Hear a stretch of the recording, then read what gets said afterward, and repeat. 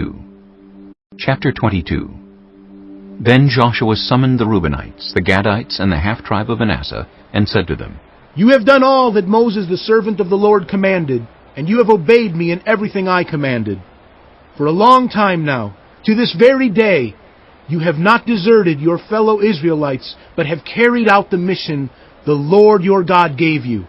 Now that the Lord your God has given them rest as he promised, return to your homes in the land that Moses, the servant of the Lord, gave you on the other side of the Jordan. But be very careful to keep the commandment and the law that Moses, the servant of the Lord, gave you, to love the Lord your God, to walk in obedience to him, to keep his commands, to hold fast to him and to serve him with all your heart and with all your soul. Then Joshua blessed them and sent them away, and they went to their homes. To the half-tribe of Manasseh Moses had given land in Bashan, and to the other half of the tribe Joshua gave land on the west side of the Jordan, along with their fellow Israelites.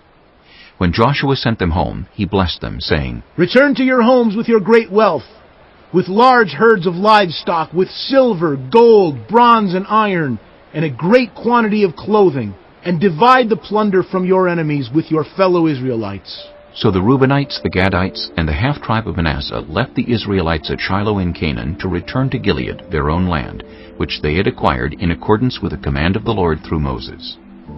When they came to Geliloth, near the Jordan in the land of Canaan, the Reubenites, the Gadites, and the half-tribe of Manasseh built an imposing altar there by the Jordan. And when the Israelites heard that they had built the altar on the border of Canaan at Geliloth, near the Jordan on the Israelite side, the whole assembly of Israel gathered at Shiloh to go to war against them. So the Israelites sent Phinehas, son of Eleazar the priest, to the land of Gilead, to Reuben, Gad, and the half-tribe of Manasseh. With him they sent 10 of the chief men, one from each of the tribes of Israel, each the head of a family division among the Israelite clans. When they went to Gilead, to Reuben, Gad, and the half-tribe of Manasseh, they said to them, The whole assembly of the Lord says, How could you break faith with the God of Israel like this? How could you turn away from the Lord and build yourselves an altar in rebellion against him now? Was not the sin of Peor enough for us? Up to this very day we have not cleansed ourselves from that sin, even though a plague fell on the community of the Lord.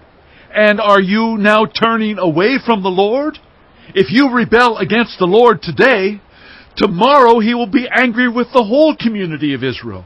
If the land you possess is defiled, come over to the Lord's land, where the Lord's tabernacle stands, and share the land with us. But do not rebel against the Lord or against us by building an altar for yourselves, other than the altar of the Lord our God. When Achan son of Zerah was unfaithful in regard to the devoted things, did not wrath come on the whole community of Israel? He was not the only one who died for his sin. Then Reuben, Gad, and the half-tribe of Manasseh replied to the heads of the clans of Israel, The mighty one, God the Lord. The mighty one, God the Lord. He knows, and let Israel know.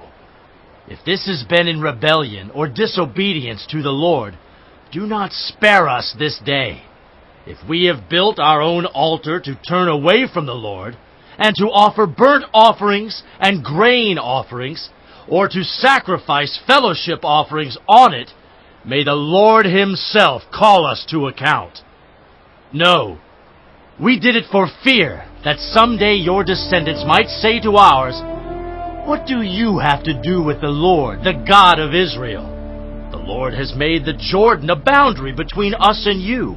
You Reubenites and Gadites, you have no share in the Lord, so your descendants might cause ours to stop fearing the Lord. That is why we said, Let us get ready and build an altar, but not for burnt offerings or sacrifices. On the contrary, it is to be a witness between us and you and the generations that follow, that we will worship the Lord at his sanctuary with our burnt offerings, sacrifices, and fellowship offerings.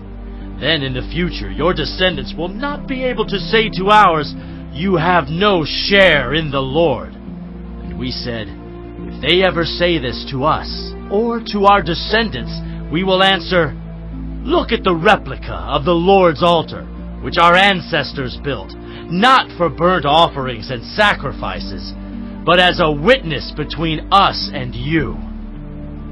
Far be it from us to rebel against the Lord and turn away from Him today by building an altar for burnt offerings, grain offerings, and sacrifices, other than the altar of the Lord our God that stands before His tabernacle. When Phinehas the priest and the leaders of the community, the heads of the clans of the Israelites, heard what Reuben, Gad, and Manasseh had to say, they were pleased. And Phinehas, son of Eleazar the priest, said to Reuben, Gad, and Manasseh, Today we know that the Lord is with us, because you have not been unfaithful to the Lord in this matter. Now you have rescued the Israelites from the Lord's hand. Then Phinehas, son of Eleazar the priest, and the leaders returned to Canaan from their meeting with the Reubenites and Gadites in Gilead, and reported to the Israelites. They were glad to hear the report and praised God. And they talked no more about going to war against them to devastate the country where the Reubenites and the Gadites lived. And the Reubenites and the Gadites gave the altar this name, A Witness Between Us, that the Lord is God. Chapter 23. After a long time had passed, and the Lord had given Israel rest from all their enemies around them, Joshua, by then a very old man, summoned all Israel, their elders, leaders, judges, and officials, and said to them, I am very old. You yourselves have seen everything the Lord your God has done to all these nations for your sake. It was the Lord your God who fought for you. Remember how I have allotted as an inheritance for your tribes all the land of the nations that remain, the nations I conquered, between the Jordan and the Mediterranean Sea in the west. The Lord your God Himself will push them out for your sake. He will drive them out before you, and you will take possession of their land as the Lord your God promised you. Be very strong. Be careful to obey all that is written in the book of the law of Moses, without turning aside to the right or to the left. Do not associate with these nations that remain among you. Do not invoke the names of their gods or swear by them. You must not serve them or bow down to them. But you are to hold fast to the Lord your God as you have until now. The Lord has driven out before you great and powerful nations. To this day no one has been able to withstand you.